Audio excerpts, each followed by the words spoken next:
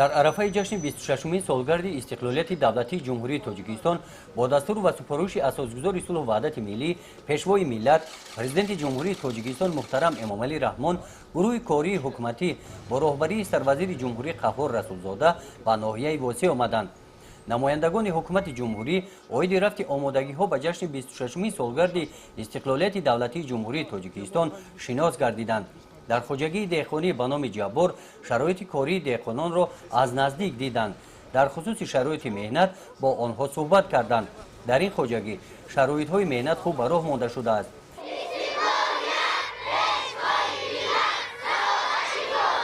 сипас гурӯҳи кории ҳукумати ҷумҳурӣ дар маросими расман мавриди истифода қарор гирифтани мактабҳои типи нав иштирок карданд.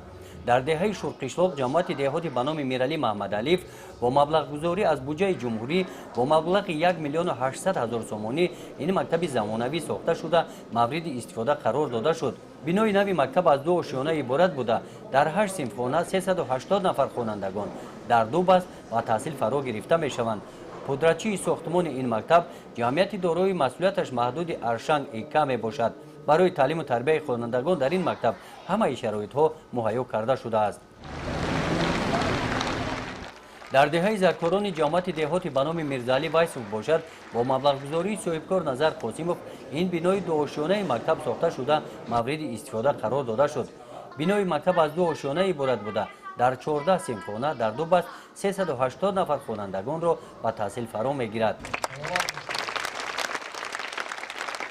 дар ин рӯз дар шаҳраки восеъ муассисаи таҳсилоти миёнаи умумии рақами 61 мавриди истифода қарор дода шуд. ин мактаб аз ду бинои се ошёна ва ду бинои ду ошёна иборат мебошад. дар 24 синфхона дар як баст 560 нафар хонандагонро ба таҳсил фаро мегирад. пудратчии сохтмони мактаб ҷамъияти дорои масъулияташ маҳдуди таъмиркор аз шаҳри душанбе мебошад. мактаб дорои китобхона, ошхона, духтурхона, толори маҷлисгоҳ барои 240 ҷои нишаст ва толори варзишӣ муҳайё ба ҳамаи таҷҳизотҳои варзишӣ аст. дар ҷамовади идона сарвазири ҷумҳурӣ қайд намуданд ки ин тӯҳфаҳои идона аз ҷониби асосгузори сулҳу ваҳдати миллӣ пешвои миллат президенти ҷумҳурии тоҷикистон муҳтарам эмомалӣ раҳмон бахшида ба ҷашни 26-умин солгарди истиқлолияти давлатии ҷумҳурии тоҷикистон ба сокинони ноҳияи восеъ мебошад. гузориши хоҷа назриев худойназар зуҳуров аз ноҳияи восеъ барои барномаи иттилоотии навид.